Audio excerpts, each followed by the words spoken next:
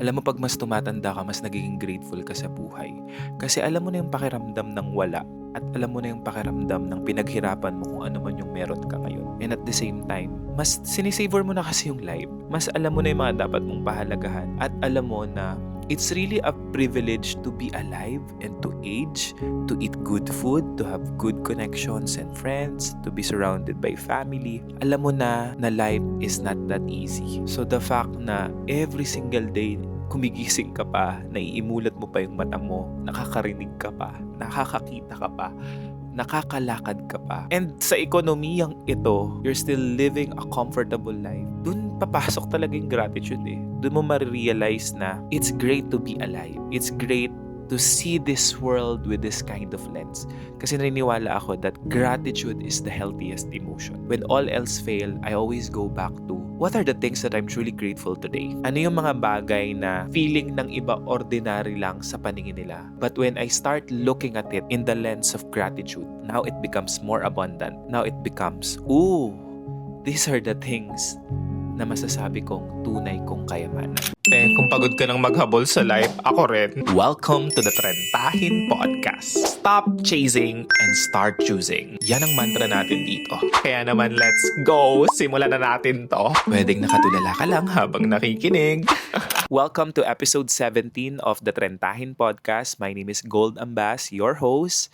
Thank you so much for being here and for subscribing to this YouTube channel and for following this Spotify podcast. Salamat because kahit na I think ilang linggo rin akong hindi nakapag-podcast, andito pa rin kayo at nakikinig sa akin because medyo nagkakaroon kasi ako ng ina-alternate ko yung travel vlog tapos podcast. Pero I really wanna recommit na magkaroon pa rin ng weekly podcast kahit na I'm still doing the travel vlog. Pero guys, if natapos nyo na lahat ng podcast episode ko, if you can find time to also watch yung mga travel vlog ko, I make sure na hindi lang naman siya lifestyle vlog, pero meron din siyang mga wisdom and insights na nakukuha ko fresh from my travel. Kasi mas nagiging reflective din talaga ako kapag I'm outside. I don't know with you guys, pero I started going outside because feeling ko if I'm inside,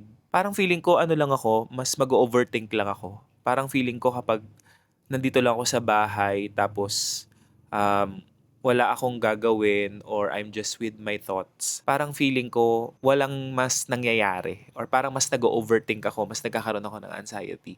So that's why I make sure na if I don't feel good, I go out. Iba yung iba yung I go out because I wanna escape from my own thoughts.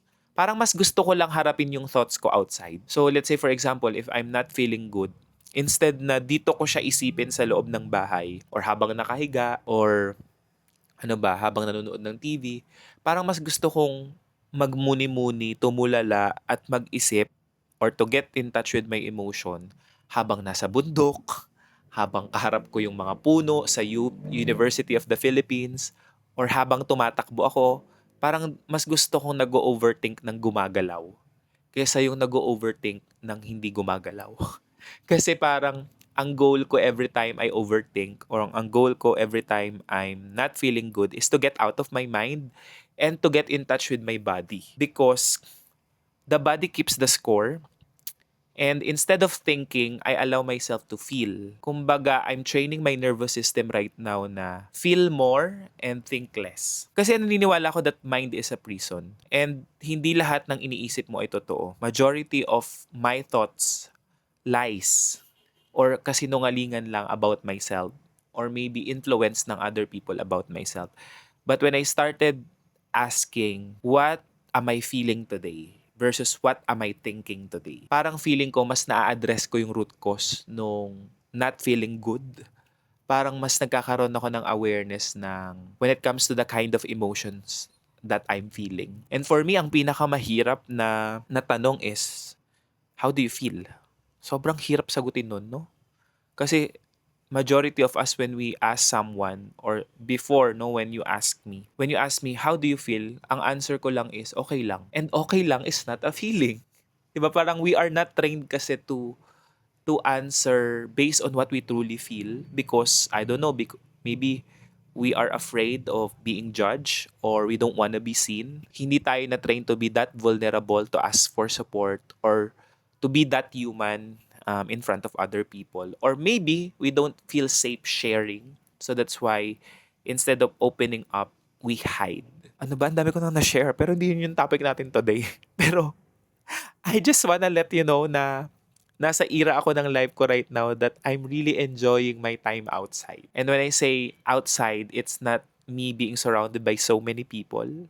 Feeling ko yung capacity ko is hanggang 5 tao lang. Gusto ko lang talagang mapag-isa outside or to be surrounded by quality connection outside. Ang mantra ko lately is life is better outside. So, if you're ruminating, overthinking, or if feeling mo stuck ka sa utak mo, maybe the reason bakit bigla ko tong nabanggit ay to encourage you or to maybe inspire you na what if you go outside today? Baka when you go outside today, that's the time when you allow yourself to look within. Yes, you're outside, but you're also allowing yourself to go inside what you truly feel.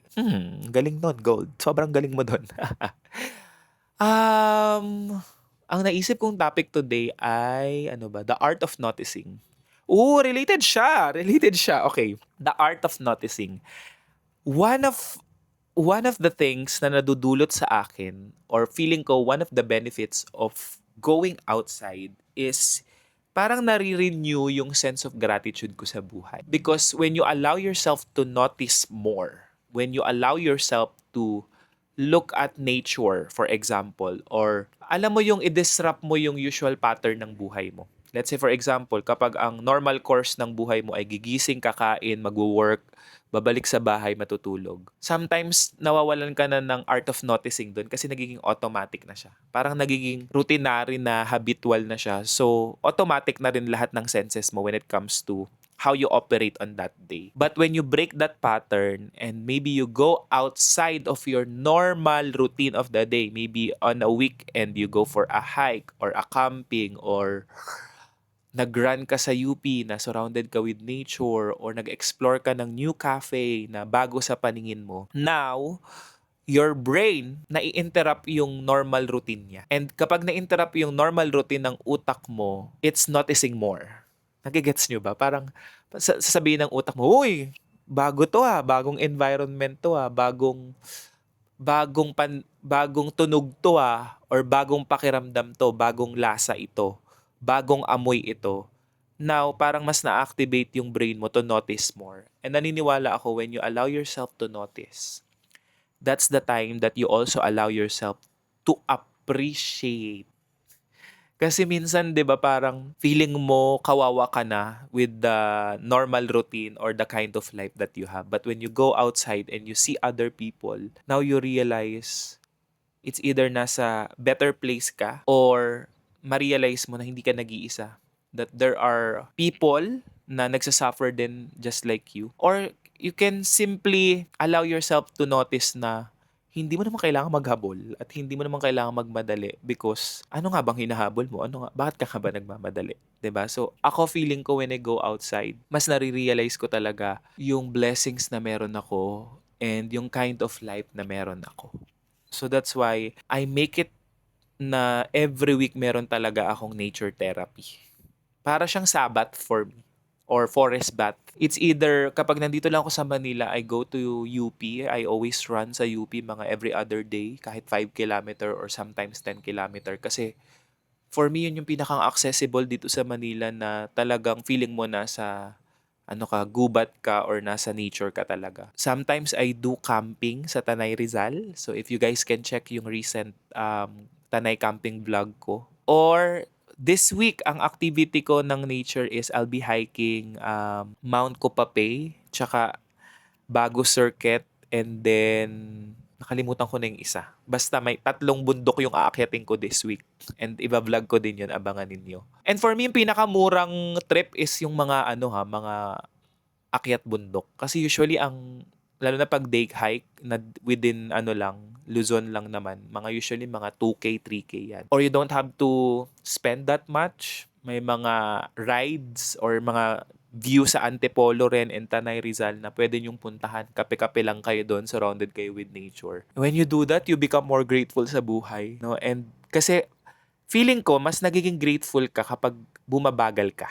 Kasi ang hirap maging grateful kapag laging 10x yung speed mo. Pag lagi ka nagmamadali, paano ka pa maging grateful? Eh hindi mo na nga nanamnam or na-notice yung lasa ng pagkain, yung itsura ng mga tao sa paligid mo, yung amoy ng pagkain na kinakain mo, yung presence ng taong nasa harap mo or kausap mo. But when you allow yourself to slow down, when you allow yourself to go out in nature, parang mas bumabagal yung oras. At kapag mas bumabagal yung oras, mas nagkakaroon ka rin ng time na namnamin yung moment na yun. Because joy is here. It's in the present moment. So when you allow yourself to slow down intentionally, mas nagkakaroon ng space yung heart mo to appreciate and to be more grateful in life. And that's my practice for the last years of my life. I don't know, pinanganak yata talaga akong grateful sa buhay.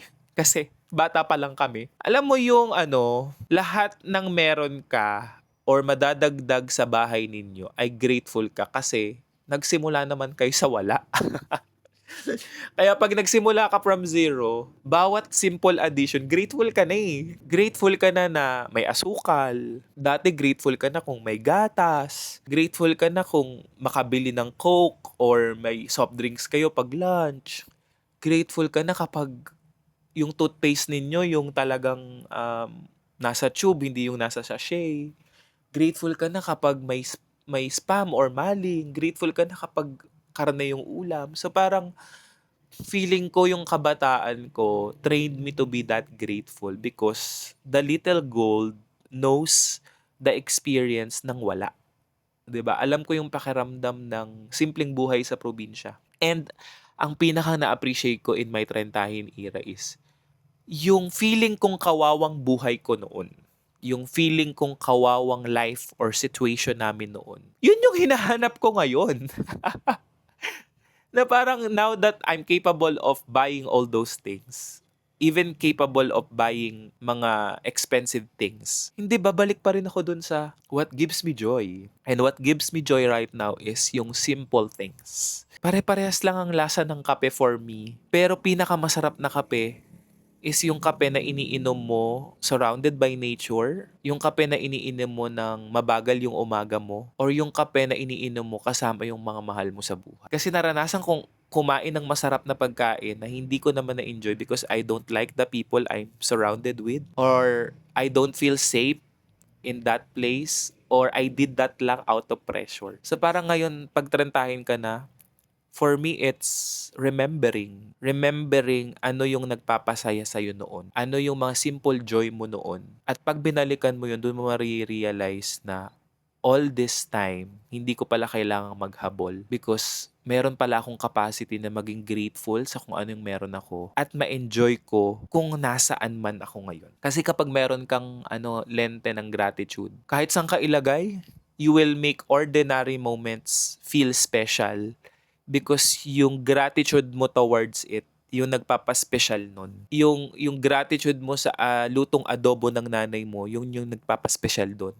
Versus yung adobo na binili mo sa mamahaling restaurant. No, I'm not saying na you deprive yourself of spending or experiencing yung mga ganong good things in life. But kung walang gratitude ka towards it, for me, nawawalan ng meaning or sarap yun eh. Pero regardless kung nasa mamahaling restaurant ka or nasa karinderya ka or lutong bahay yan, kapag meron kang lente ng gratitude or when you start savoring that experience with a deep sense of gratitude, mas nananamnam mo siya. That's why, going back, I really love hiking and camping because in a way, yung mga bagay na natitake for granted mo sa ordinary day mo, pag nag-camping ka, dun mo mas ma-appreciate yung lasa ng tubig. May lasa pala ang tubig, ganun pala siya kasarap. Doon mo marirealize yung blessing na makatikim ka ng pagkain na mainit. Kasi pag nag-hike ka, malamig na yung kakainin mo eh. Or yung simple benefit of having kutsara and tinidor. Kasi pag nag-hike ka, wala. Or yung 3-in-1 na kape, mas ma-appreciate mo siya pag nasa bundok ka. Yung comfort na magkaroon ka ng maayos na tulugan, ng maayos na damit. Those are the things na tinitake for granted ko lang. Pero when I go camping or hiking, mas nagkakaroon ako ng sense of gratitude na, oo nga no, I'm so blessed. Ang kailangan ko lang naman talaga ay food, shelter, tsaka mga basic necessities. Clothing. Yun lang sa Maslow's hierarchy of needs.